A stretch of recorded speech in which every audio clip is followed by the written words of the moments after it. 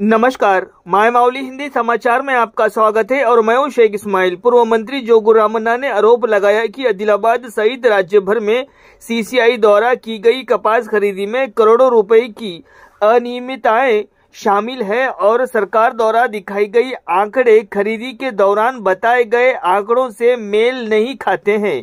उन्होंने मंगलवार को आदिलाबाद में मीडिया से बात की। उन्होंने आग्रह किया कि कपास खरीदी में भ्रष्टाचार और अनियमितताओं की तत्काल एक कार्यरत न्यायाधीश से जांच कराई जाए तथा अनियमितताओं में शामिल लोगों के खिलाफ कार्रवाई की जाए।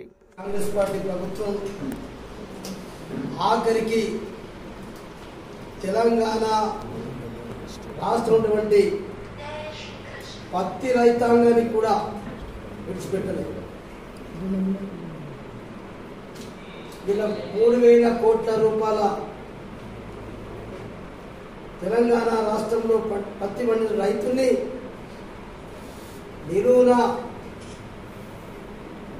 మరి ఇటు ట్రేడర్స్ ఇటు కాంగ్రెస్ పార్టీ నాయకులు ఆదిలాబాద్లో మొదటి నుంచి చెప్పిన నేను ఇక్కడ స్థానిక ఎమ్మెల్యే పాయల్సింది వీళ్ళందరూ కలిసి మొత్తానికి తెలంగాణ పత్తి రైతాంగాన్ని టోపెట్టి కూర్చు టోపెట్టి అంటే పత్తి రైతులు కూడా సరిపోలేవు.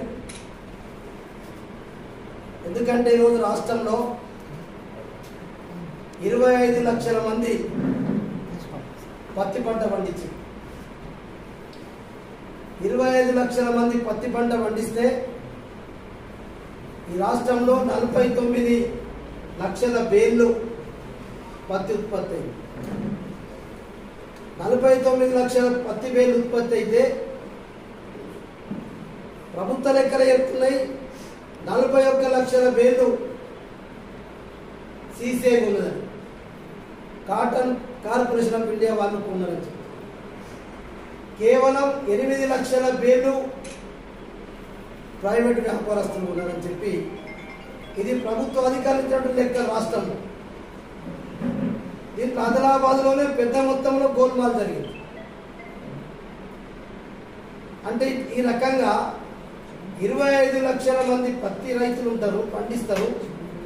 49 లక్షల బేళ్ల పత్తి ఉత్పత్తి అయితే 41 లక్షల బేళ్లు CCI cotton corporation of India వాళ్ళు కొన్నారు. తర్వాత 8 లక్షల బేళ్లు ప్రైవేట్ వాళ్ళకు ఉన్నారని చెప్పి ప్రభుత్వం లెక్కలిస్తారు. ఇంకో విచిత్రం ఏంటంటే 25 లక్షల మంది రైతులు పత్తి పండిస్తే 6,30,000 మంది రైతుల దగ్గరనే సీసీఐ పత్తి ఉన్నదట. విచిత్రం.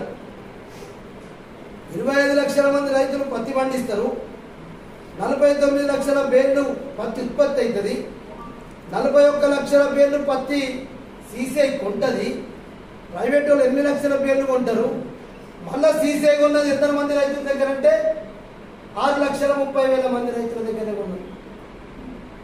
ఇది గతంలో కూడా చాలా సార్లు పేపర్లలో టీవీలలో వచ్చింది. దీపావళి పండుగ నాడు హైదరాబాద్లో ఒక 5 స్టార్ హోటల్లో కాంగ్రెస్ పార్టీ నాయకులు ఈ ట్రేడర్స్ అందరు కలిసి ఏ రకంగా పత్తి రైతులు ఏ రకంగా దోపిడీ చేయొచ్చు అని చెప్పి ప్లాన్ చేసుకున్నది ఇప్పుడు ఆరు గతంలో పత్రికలలో టీవీలో వచ్చింది. అట్లనే ఆ ఏ 5 స్టార్ హోటల్ అయితే కూర్చున్నది అందరికీ తెలుసు, ఇంటెలిజెన్స్ రిపోర్ట్స్ ఉన్నాయి. కానీ ప్రభుత్వం ఇలా సీసీ కెమెరాలు ఓపెన్ చేస్తే ఎవడెవడు దాంట్లో కూర్చున్నాడు, ఏ మీటింగ్లోకి ఎవరు వచ్చినది బయట పడతారు.